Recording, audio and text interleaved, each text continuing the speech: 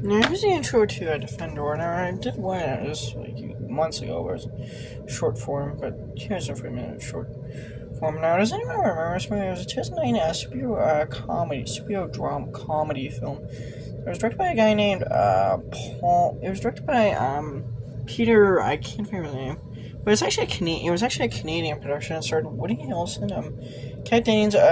This was like 2 years before Fallen Good Two Broke Girls put on a map. It starred Michael Kelly, of course, played in 2 of his super movies, Chronicle and Unbreakable, where he played the ER Doctor, so yeah. This movie, it pretty much kind of went largely under the radar when it came out. This movie, it's Sony Classics. It was originally put out by Sony Classics. Sony Pictures Classics. However, Sony didn't want to put this out for distribution, so his production company, Buck Films, actually had to pay for distribution themselves. Had to pay for distribution themselves, and foot the bill for distribution and marketing costs.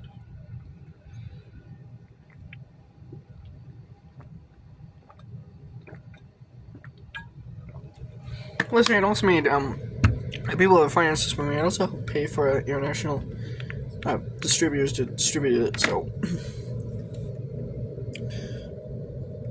now this movie came out in 2009. Though some sites claim it came out in 2010. I think it came out in like international film festivals in 2009, but it didn't get a wide release until 2010, which is probably why it's often listed as being.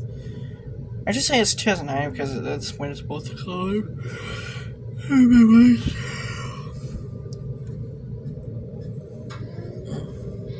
This movie, it's an entirely original superhero movie. It's a superhero parody. It's not based off any pre-existing superhero character. This movie, it's about a guy named Arthur Poppington. I don't know if I mentioned this before, but it's about a guy named Arthur, who's a guy, he's having some intellectual developmental disability. Because he can't really, even though he lives on his own, he has to have, like, somebody take care of him, kind of, almost. Now, he doesn't really have a family. He basically is a loner. He doesn't have a family. He also has an intellectual disability, which makes him kind of constantly develop a weirdo persona where he thinks he's going after. He thinks at night he's a superhero called Defendor, where he thinks he's going after someone named called Captain Industry, who he thinks is the one who actually kidnapped his mother. Until George got killed, that led to her death.